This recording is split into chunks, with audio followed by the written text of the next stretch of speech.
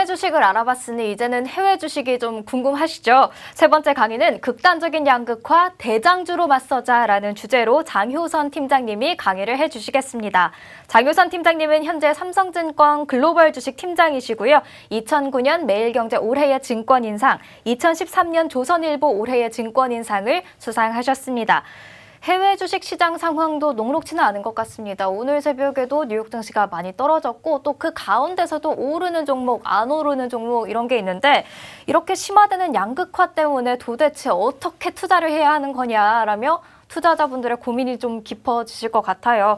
오늘 대장주로 맞서자라고 하면 이런 양극화 대비할 수 있을까요? 이 많은 분들이 조금 걱정을 하시는 게 바로 최근에 시장이 너무 쉽지 않아요.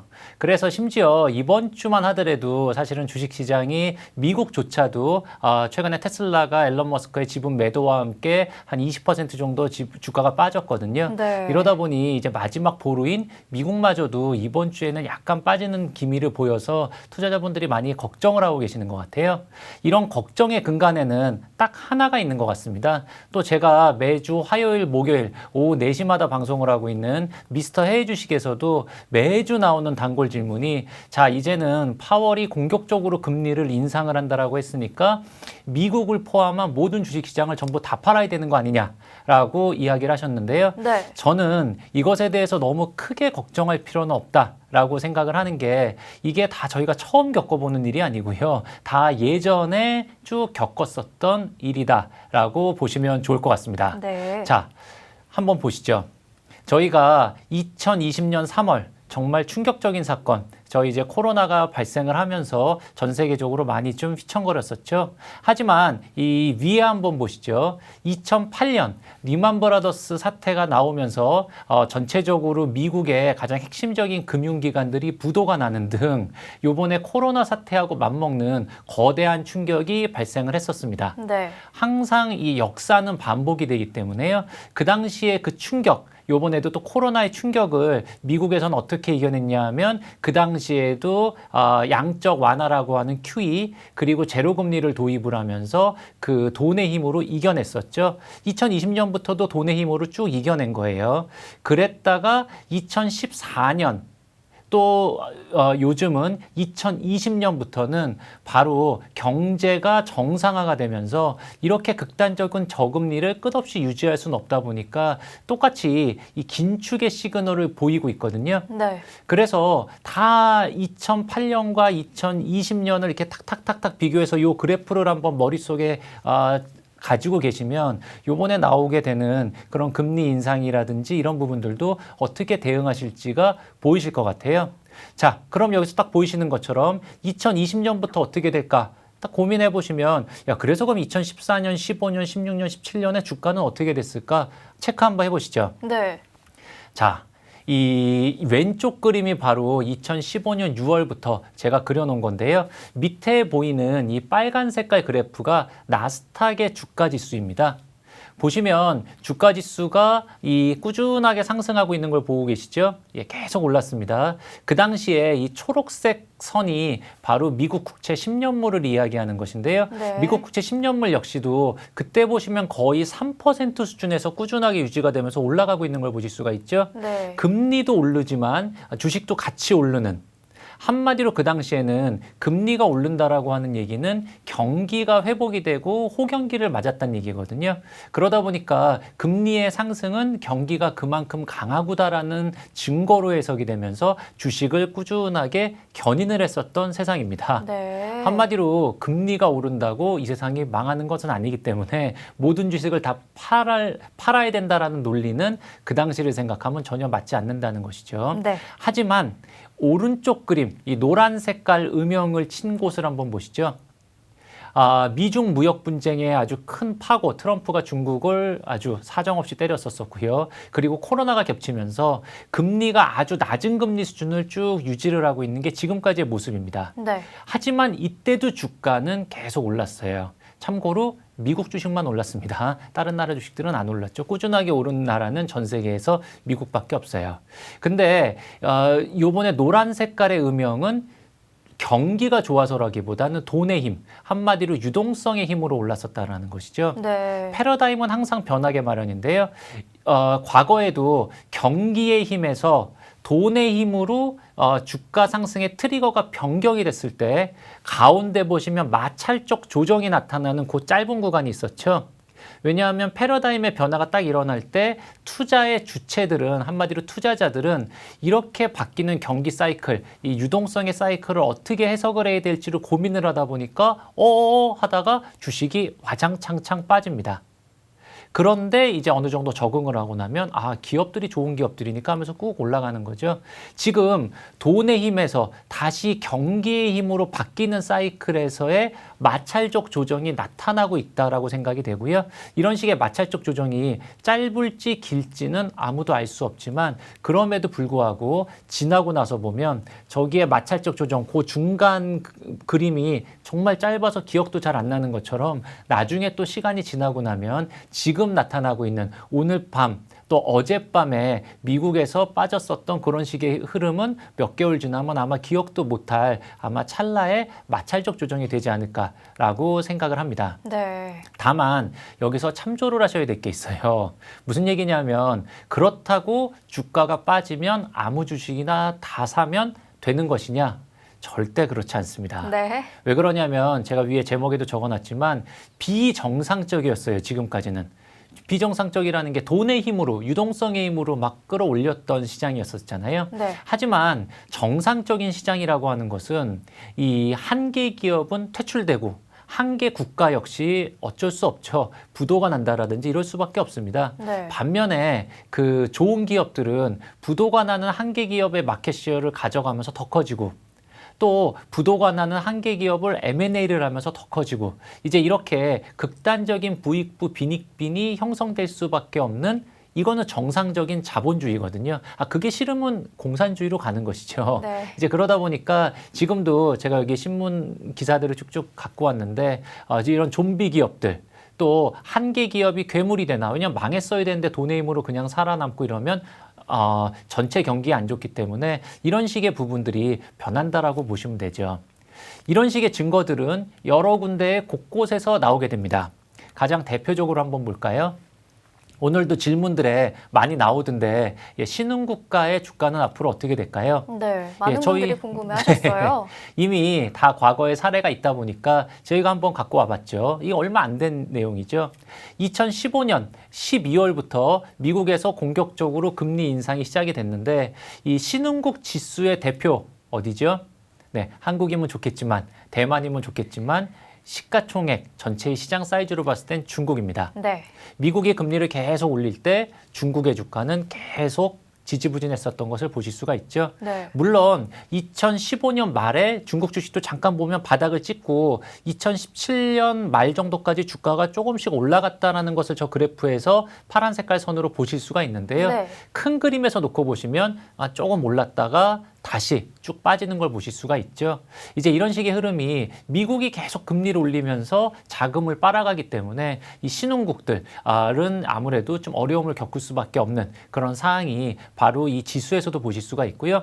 이런 식의 모습은 저희가 딱 이 주식에서만 볼 수 있는 게 아니라 이 세상의 모든 데서 다 나타나는 공통된 원리다라고 보시면 좋을 것 같아요. 네. 그냥 대표적으로 최근에도 아마 이 방송을 보시는 분들 중에서도 이 좀 뭐 고민이 있으신 분들도 계실 텐데 최근에 보시면 제가 여기 신문 기사를 갖고 왔는데 여러 가지의 좀 그 지역들이 아무래도 최근에 좀 가격이 빠지는 것을 보실 수가 있고 반면에 밑에 한번 보시면 규제를 비웃는 철옹성 강남 신고가가 계속 갱신이 되고 있다. 이런 식의 얘기로 약간 핵심지와 그 외의 지역의 가격이 좀 벌어지는 것을 보실 수가 있는데요. 네. 이 역시도 아무래도 현금 흐름이 여유는 좀 없지만 집을 사야 돼서 영끌이라고 하죠. 레버리지를 많이 일으켜서 집을 사신 분들 같은 경우에는 앞으로도 이자 부담이 계속 커지게 되면은 지금 나타나고 있는 현금 흐름으로 그 이자 비용을 감당을 할 수가 없다 보니까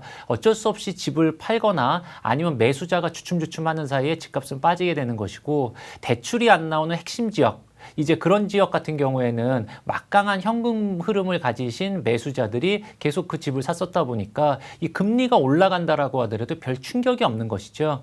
그래서 그런 부분들이 이 부동산에서도 보이고요. 또 재밌는 게 있습니다. 저는 이것을 보면서도 상당히 좀 의아하게 생각을 했었는데요. 네. 제가 제 방송에서도 여러 번 말을 했었던 건데 저는 명품을 전혀 모르지만 그냥 느낌상 에르메스라고 하면 제일 비싼 거구나. 저도 그렇게 생각하고 있어요. 네. 잘 아시겠어요. 아닙니다. 네. 그 바로 밑에 뭐 이제 샤넬이라고 해도 뭐 에르메스보다 약간 아래급의 명품이구나. 그 밑이 루이비통이 대충 이제 이런 식의 느낌을 갖고 있는데 네. 다 상장이 돼 있거든요. 샤넬은 상장이 안 돼 있는데 주가를 보시죠. 에르메스는 제일 비싼 핸드백은 계속 올라가고요. LVMH는 루이비통을 갖고 있고 뭐 여러 가지의 명품 브랜드들이 있지만 그 바로 밑에 주가. 캐링은 구찌를 갖고 있거든요. 네. 구찌 같은 쪽은 가격이 루이비통보다 조금 낮죠. 또 그 밑에 버버리 같은 경우에는 명품이라고 볼 수 있나요? 저 잘 모르지만 하여튼 이제 조금 명품은 아닌 것 같은 느낌도 있으면 딱 그 아래. 그래서 이 명품의 브랜드 역시도 주가적으로도 이렇게까지 크게 차이가 나더라. 이런 부분들도 사실 상당히 좀 재밌는 그런 포인트가 될 수가 있고요. 네. 심지어 전 세계에서 최고의 지수라고 할 수 있는 미국장마저도 보시죠. 미국 지수가 이번 주 들어서 약간 빠졌지만 S&P 500 지수 보시면 2일 전에 사상 최고가가 갱신이 됐고요. 네. 이틀 동안 조금 빠져서 지금 신고점 대비 2% 밑에 내려와 있습니다. 거의 안 빠졌어요. 네. 지수는 사상 최고가예요. 그런데 그 잘 나간다라고 하는 미국조차도 오른쪽 그 초록 색깔 그림을 보시면 20일 이평선의 갱신한 비율, 한마디로 추세가 우상향을 꾸준하게 하고 있는 종목의 비율이 올해 1월 달만 하더라도 92%가 다 우상향을 하고 있었거든요. 네. 근데 지금 보시면 우상향을 하고 있는 종목의 비중이 이제는 30% 정도밖에 안 된다라는 거예요. 많이 줄었네요. 맞습니다. 한마디로 S&P 500 지수 중에서 70%는 추세가 무너져서 다 꺼져버렸다. 그러다 보니까 가장 좋은 미국조차도 종목 간에서의 극단적인 양극화가 나타나고 있는데 저는 이것이 요즘 나타나고 있는 이 금리 인상, 한마디로 유동성의 추세가 변하면서 극단적 양극화가 일어나고 있는 것에 여러 가지의 증거다라고 생각을 합니다. 네. 자, 그러면 이렇게 70% 종목이 다 하향 추세로 전환이 됐음에도 불구하고 지수가 신고가를 갱신하고 있는 원인 살펴보실까요? 네. 빅테크. 좀 전에도 저희 정명지 팀장님이 말씀하셨지만 이 빅테크, 애플이 3,500조 원, 마이크로소프트가 3,000조 원, 알파벳이 2,300조 원 이런 식의 종목들이 올해 들어서 엔비디아 1,000조짜리인데요. 오른쪽 그림에 보시면 130%가 올랐습니다. 많이 올랐어요. 그나마 최근에 조금 빠져서 130%지 네. 이 전까지는 훨씬 더 올랐었죠. 알파벳 70% 올랐고요. 그 큰 마이크로소프트 56%. S&P 500이 전 세계에서 가장 강한 지수였는데 27% 올랐는데 이 저희가 이름만 대면 알만한 종목들이 다 주가가 이렇게 올라버리니까 요즘 주식하기 힘드십니까? 저는 개인적으로 정말 쉽다라고 생각하는데요. 네. 왜 그러냐면 그냥 아무도 모르는 아주 비밀스러운 종목을 엄청나게 열심히 공부해서 주식을 사야지만 잘 되는 게 아니고요. 딱 느낌적인 느낌. 야, 애플, 앞으로도 좋겠네. 엔비디아, 앞으로 좋지. 알파벳. 저희 지금도 이 토요일 날 이 시간에 지금 한방눈이 내리는 와중에 이 방송을 다 유튜브로 보고 계시잖아요. 알파벳 좋겠네. 이러면 이렇게 크고 안전한 종목들이 계속 상승하다 보니까 정말로 어떻게 보면은 올해가 주식 투자하기가 가장 쉬웠던 해 중에 하나였다라고도 생각이 됩니다. 네. 자, 애플이 3,400조라고 하니까 도대체 얼마나 큰 금액이신지 감이 안 잡히시죠? 네. 한번 보실까요? 전 세계 GDP를 한번 보시죠.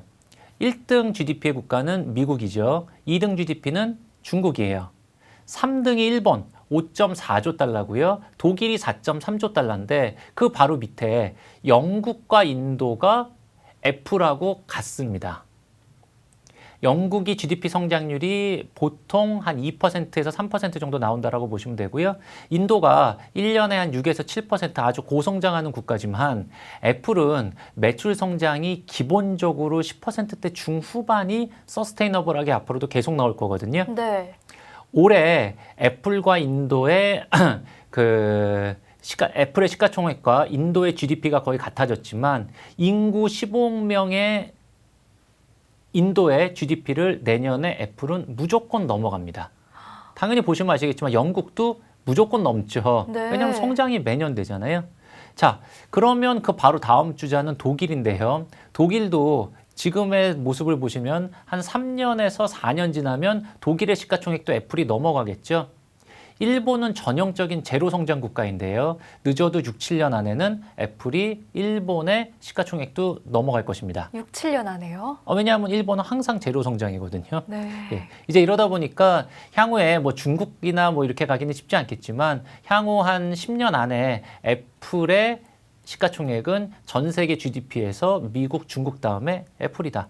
오른쪽에 거래소의 시가총액을 한번 비교해 보셔도 전 세계 최대의 제조국가 독일인데요. 독일의 전체 시가총액을 애플은 이미 넘었고요. 한국의 전체 시가총액의 약 1.5배 정도 수준이 애플의 시가총액이다. 이러면 초국가적인 기업이라고 볼 수 있지 않겠습니까? 그럴 것 같아요. 네, 인도라고 하는 국가.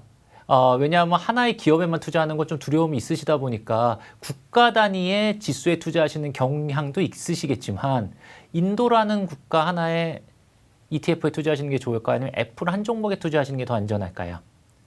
이런 것이 바로 요즘 나타나고 있는 새로운 패러다임의 변화다라고 보시면 좋을 것 같습니다. 이러다 보니까 지수가 향후에도 이번 주와 같은 큰 변동성이 계속 있을 것 같아요. 미국은 아직 금리 인상 시작도 안 했지 않습니까? 네. 앞으로 금리 인상이 나오긴 할 텐데 그래도 계속 이런 식의 변화가 있을 텐데요. 지금도 보시면 그러면 신흥국을 사야 되냐 선진국을 사야 되냐 이제는 경기 민감주를 사야 되냐 금리 인상 민감주를 사야 되냐 아니면 고배당주를 사야 되냐 가치주냐 성장주냐 막 필요 없어요. 예, 그런 기존의 전통적인 주식의 분류 별로 필요 없습니다. 왜냐하면 지금은 아까 보신 것처럼 금리가 올라가는 한계 기업은 사라지고 정말 돈이 있고 펀더멘탈도 있으면서도 구조적으로 성장을 할 수 있는 스토리텔링이 되는 기업 그런 쪽에 몰리는 거지 네. 옛날처럼 기계적으로 금리 오르니까 금융주 뭐 이런 거 없어요. 그래서 제가 오른쪽에 보여드린 것처럼 스토리텔링이 뒷받침되는 구조적 성장주에 투자를 해야 된다라고 말씀을 드립니다. 네. 구조적 성장주는 도대체 무엇인가를 한번 놓고 보면 이제는 저런 초국가적인 시가총액 몇 천조짜리의 초국가적인 기업들이 우르르 나오고 있는데 바로 하드웨어 하나만 가지고서는 절대 될 수 없습니다. 소프트웨어가 같이 결합이 돼야 돼요. 네. 말이 쉽지 않아요. 왜냐하면 소프트웨어 회사는 소프트웨어적인 DNA가 있고 하드웨어 회사는 하드웨어적인 DNA가 있기 때문에 네. 그 두 개를 같이 겹친다라고 하는 것은 정말 쉽지 않은데 그런 부분을 성공시킨 몇몇 개의 기업이 있고 그런 식의 몇몇 개의 기업은 밑에 나와 있는 것처럼 넘사벽 기업이라고 인정을 딱 받으면서 밸류에이션이 아주 크게 리레이팅이 됩니다. 네. 소프트웨어와의 결합이 모든 하드웨어 회사의 꿈인 이유는 아무래도 이 소프트웨어 기업은 원가 부담이 상당히 낮죠. 그래서 마진율이 되게 높아요. 또 하나는 그 회사는 제 매출 원가 같은 것이 잘 없다 보니까 일반적으로 인건비 정도밖에 없거든요. 또 서버 한 대만 있으면 되죠. 그래서 이 레버리지 효과가 상당히 크기 때문에 매출이 10%만 증가를 한다라고 하더라도 이 이익이 50%, 60% 이상씩 증가하는 경우가 상당히 많습니다. 또 1등 플레이어가 이 100% 마켓시어를 가져가는 일도 비일비재한데요. 네. 한국의 메신저 마켓시어, 카카오톡이 100%라고 봐도 되지 않겠습니까? 일반 제조업체에서는 또 일반 금융회사, 철강회사 쉽지 않은데요. 이러한 소프트웨어 플랫폼 회사만이 가능한 구조다라고 보시면 좋을 것 같습니다. 그래서 이러한 구조적인 성장주, 한마디로 소프트웨어와 하드웨어가 결합된 이런 기업이 정말 넘사벽 기업이 되고 싶은데 이렇게 될 수 있는 요건은 아주 까다롭습니다. 그냥 첫 번째는 진짜 고객 기반이 방대해야 돼요. 방대해야 하나요? 네, 네. 진짜 커야죠. 네. 브랜드가 진짜 좋아야 됩니다. 네. 뭐 당연히 기술력이야 기본이고요. 또 이런 것을 가능케 하는 돈도 엄청 많아야 돼요. 자본력이 있어야 투자를 하죠. 네. 그리고 비전 있는 오너와 훌륭한 인재를 다 빨아들여야 되는데요. 이런 기업에 성공한 몇몇 개의 기업들 한번 살펴볼까요? 애플입니다. 애플도 왼쪽에 한번 보시죠. 2007년에 아이폰을 출시를 하면서 이 전 세계의 최초의 이 4차 산업혁명을 이끈 기업이 애플이라고 해도 과언이 아닐 텐데요.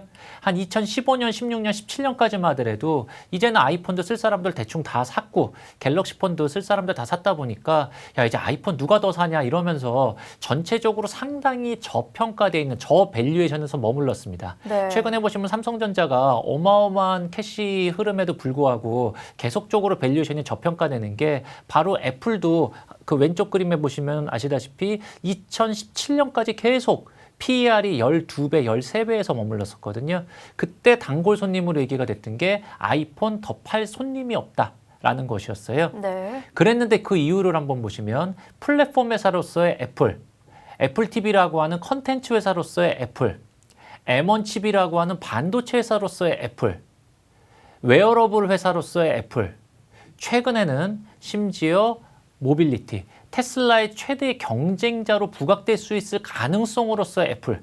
지금 애플카에 대해서는 애플은 단 한마디의 이야기를 하지도 않았지만 그럼에도 불구하고 이제는 애플이 모빌리티의 세상으로 들어간다라는 것이죠. 네. 참고로 애플이 절대로 자기 차를 자기의 공장을 지어서 만들지 않습니다. 그게 좀 전에 정명지 팀장의 이론이시지만 애플은 그냥 설계만 해서 던져주는 거예요. 그럼 이제 밑에 회사들이 열심히 기름 묻혀가면서 떼약볕에서 만들어서 올리죠. 밸류에이션에서의 차이는 영원히 더 벌어질 수밖에 없다라고 하는 게 저의 기본적인 생각입니다. 네. 자, 두 번째, 테슬라 역시도 요즘 테슬라지 2018년까지만 하더라도 테슬라 부도난다 그랬어요. 그래서 왼쪽 한번 보십시오. 테슬라의 이 밸류에이션 멀티플을 보시면 좀 오타인데요. P2가 아니라 그때는 계속 적자였기 때문에 PS입니다. PSR 기준으로 매출액 대비를 보시면 2016년부터 계속 빠졌죠. 그러네요. 부도난다 그랬었으니까요. 네. 자동차만 해서는 안 된다. 그랬는데 2019년 오토노머스 데이, 그 이후에 배터리 데이, 또 얼마 전에 AI 데이를 거치면서 이제는 자율주행 소프트웨어, 그리고 FSD라고 하는 자율주행 플랫폼, 그리고 배터리 데이를 만들면서 세계 최고의 배터리 회사, 아직은 안 만들었습니다. 4680 배터리. 네. 거기에다 자율주행 반도체 회사죠. 얼마 전에는 로봇까지 만들겠다라고 하면서, 물론 이제 로봇을 만든다라는 건 아주 꿈 같은 얘기지만 그러한 이 AI의 회사로서의 테슬라의 모습을 보여주면서 완전히 넘사벽이 돼버린 거죠. 엔비디아. 2014년까지만 하더라도 삼성전자 시가총액의 10분의 1밖에 안 됐는데요. 그러네요. 지금은 삼성전자 시가총액의 2배입니다. 엔비디아가 GPU의 최강자, 성장이 높은 분야에 있기는 하지만 그것을 넘어서 이제는 디지털 트윈이라고 해서 제가 집에서 인테리어를 한번 한다라고 해도 인테리어를 이렇게 바꾸고 이 색깔, 문짝 색깔, 여기 도배 색깔 이렇게 바꿨을 때 어떻게 되는지 저 참 궁금하잖아요. 네. 그냥 제 머릿속으로만 상상할 뿐이죠. 앞으로는 엔비디아에 들어가서 옴니버스라고 하는 그 플랫폼에 들어가면 어떻게 가상현실이 변할지를 다 생생히 미리 보여주겠다. 제가 만약에 성형수술을 한다라고 하더라도 성형수술하면 어떻게 변할지 지금 뭐 병원 가면 그 병원 안에서 보여준다라고 하던데, 예를 들자면 엔비디아의 옴니버스 서비스를 활용을 하면 할 수 있는, 이제 그래서 그런 식의 소프트웨어로서까지도 전환이 되면서 저 거대한 시가총액이 유지가 되는 것이죠. 알파벳, 메타 플랫폼즈는 100% 소프트웨어였었는데 이제는 여러 가지의 오큘러스, VR 헤드셋이라든지 아니면 휴대폰이라든지 이런 쪽 부분으로 해서 직접적으로 하드웨어 시장으로 진출을 하는 그런 식의 모습이 되는 것이죠. 네. 그래서 저는 이러한 신흥국가, 이게 계속 매크로적으로 금리가 오를 때는 신흥국이 좋아요, 선진국이 좋아요, 뭐 이제 이런 식의 얘기는 별로 필요 없을 것 같고요. 네. 그거보다는 이런 핵심적인 기업들이 어느 시장에 몰려 있느냐를 보셔야 되고요. 요즘은 한 개 기업만 살아남는 부익부 빈익빈, 좋은 기업들은 끝도 없이 프리미엄을 받고 안 좋은 기업들은 디스카운트를 받거나 심지어는 부도건하는 세상이기 때문에요. 이런 식의 상황에서는 밸류에이션이 비싸다라는 것에 전혀 구애를 받지 마시고 반대로 아야 이 종목은 너무 밸류에이션이 싼데 펀더멘탈은 좋은데 너무 밸류에이션이 싼데 이런 것에도 현혹되지 마시고 비싸면 비싼 데로 가야죠. 예, 우리나라에서도 제일 비싼 아파트가 있으면 그 아파트가 앞으로 더 비싸질 가능성이 높다. 이제 오히려 그런 식의 약간은 냉혹하지만 이 금리 인상 시기에 부익부 빈익빈의 원리 기억하시면 향후에 주식을 투자하실 때도 상당히 편하게 투자하실 수 있지 않을까라고 감히 생각해 봅니다. 네. 네, 이것으로 저희 내용을 마치고요. 뭐 네. 궁금하신 내용 있으시면 말씀해 주시죠. 마지막에 거의 답변을 해주신 질문 같긴 한데요. 이 구조적 성장주라면 기존 대장주가 내년에도 쭉 좋을 거라고 생각하시나요? 라고 물어보신 분이 계세요. 네. 아무래도 밸류에이션이 비싸서 걱정을 하신 것 같은데 문제가 없다고 그럼 보시는 거죠? 네, 이게 제가 항상 매주 화요일, 목요일마다 방송하는 그 미스터 해주식이라고 하는 프로 광고 한번 할까요? 4시입니다. 4시에 미스터 해주식을 한번 봐보시면 저의 좀 철학을 아실 수 있을 것 같은데요. 저의 생각은 사실은 올해 초부터 이 인플레이션이라고 하는 것은 전혀 새롭지 않아요. 올해 연초에도 갑작스럽게 금리가 급등을 하고 인플레이션이 많이 나온다라고 하면서 마이클 버리 같은 또 세계의 유명한 투자자, 이 빅쇼트의 주인공이죠. 그런 분들도 기술주의 버블이 다 깨지니까 빅테크 다 팔고 다 금융주, 에너지주, 인프라 관련주 다 이제 그쪽 리오프닝 테마주로 넘어가자라고 했었고 그런 식의 투자 의견을 낸 게 모든 전 세계 IB들 대부분의 기업들이 뭐 모건 스탠리, 골드만사스 등등 다 그런 식의 의견을 냈습니다. 2, 3개월 동안 잠깐 좋았었던 것 같아요. 그랬는데 결국은 지나고 나서 보면 빅테크의 세상이었었던 거죠. 심지어 마이클 버리는 예전에 빅쇼트를 통해서 상당히 큰 부를 축적을 하시다 보니까 테슬라의 아주 강력한 숏 포지셔닝을 구축을 하셨다가 심각한 타격을 입으시기도 했었었죠. 네. 요즘 투자자들은 투자의 세계는 스토리텔링이 뒷받침되지 않은 앞으로 미래는 불투명한데 지금 현재만 돈을 잘 벌고 있다라고 해서 절대로 그런 기업의 높은 밸류에이션은 주지를 않기 때문에요. 내년에 인플레이션이 시장의 화두가 된다라고 하더라도 결과적으로는 올해하고 비슷한 주가 흐름이 예상이 됩니다. 네, 좋은 설명이라고 잘 들었다고 계속해서 댓글이 올라오고 있습니다. 그리고 제가 아까 봤던 댓글 중에요. 질문 참 재미있는 게 하나가 있었어요. 올해 우리 국내 주식하시는 분들께 큰 화두가 됐던 분이 한 분이 계시죠. 돈나무 언니라고. 네, 캐시우드의 아크 투자 전략에 대해서는 어떻게 생각하냐는 댓글이 한번 올라왔었거든요. 어떻게 그렇습니까? 생각하시나요? 네. 이게 참 저희 방송에서도 여러 번 계속 좀 말씀을 드렸었는데요. 저는 이 경고의 말씀을 많이 드렸고요. 앞으로도 그런 경고를 조금 더 드려야 되지 않을까라고 생각을 하는데요. 제가 이렇게 차트를 한번 넘겨서 네, 이 차트입니다. 한번 같이 보면서 얘기해 주시죠. 이 오른쪽 그림을 한번 보세요. 제가 주식이 오를 때 꼭 금리만 갖고 절대 주식을 투자하면 안 된다라고 말씀을 드렸었죠. 네. 금리가 오를 때 주가가 오를 때도 있고 금리가 빠질 때 주가가 오를 때도 있어요. 그런데 최근에 한 3, 4년 동안은 오른쪽 돈나무 누님이라서 그런가요? 돈의 힘으로 주식이 올랐던 유동성의 힘으로 주식이 올랐던 시기예요. 네. 이런 시기는 금리가 너무 낮기 때문에 아무리 기업이 적자가 나고 이래도 야야 걱정 마 돈 엄청 많어 그냥 네 꿈을 펼쳐봐 이러면서 끝도 없이 펀딩을 받아서 성장해서 잘 되는 기업들도 나올 수가 있었던 세상입니다. 그러다 보니까 밸류에이션이 계속 적자가 나더라도 끝도 없이 상승을 할 수 있는 그런 시대였었죠. 그런데 지금은 그런 시대가 아니라는 거예요. 꿈만 갖고는 버틸 수 없는 그 기업이 잘못한 펀딩을 못 받아서 무너질 수도 있는 그런 세상이 돼버린 것이거든요. 네. 이런 상황에서 캐시우드가 투자하는 투자의 원칙, 빅테크도 재미없다. 빅테크 1년에 20%, 30% 성장해서는 그거는 성장도 아니다. 파괴적 성장은 50%, 100%씩 나와야 된다. 이제 이렇게 생각을 하시는 경우들도 많이 있다라는 것이죠. 그래서 그런 식의 꿈만 갖고 투자하는 것을 투자의 원칙으로 삼는 아크 인베스트먼트 같은 경우에는 향후에 다시 금리가 꺾이거나 이럴 때 좋은 세상이 올 수 있을 것을 기대할 수 있을지 몰라도 당분간은 쉽지 않을 수 있다라는 게 제 생각입니다. 네, 그러면 캐시우드의 아크 투자 전략 대해서 알아봤고요. 또 미국 혼자만 너무 올라서 걱정입니다라는 댓글이 있었습니다. 미국 증시가 조정을 받을 그런 가능성은 없을까요? 아유, 가능성 있죠. 네. 주식이라는 건 정말로 아무도 모르는 것이고요.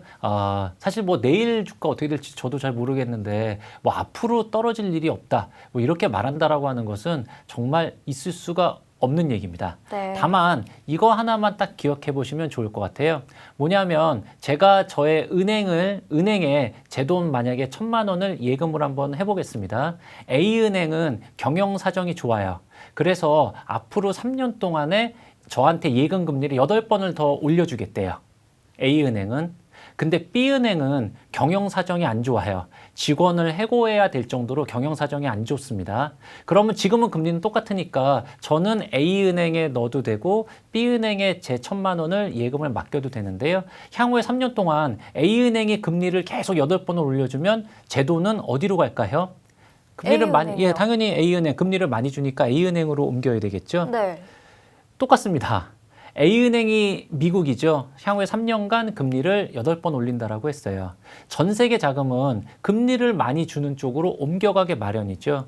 그러면 B은행 같은 경우에는 어쩔 수 없이 A은행을 따라서 금리를 올려야 되는데 고객한테 금리를 더 주려면 우리 회사의 경영 사정이 좋아야지 금리를 더 드릴 텐데 그렇죠. 지금 우리 회사는 너무 힘들어서 오히려 직원을 잘라야 되는데 어떻게 이거를 더 주겠습니까? 이러다 보니까 미국이 금리를 올리면 힘들어지는 것은 신흥국들, 전 세계의 모든 자금이 미국으로 빨려 들어갈 수밖에 없는 거예요. 제가 아까 전에 보여드렸었죠.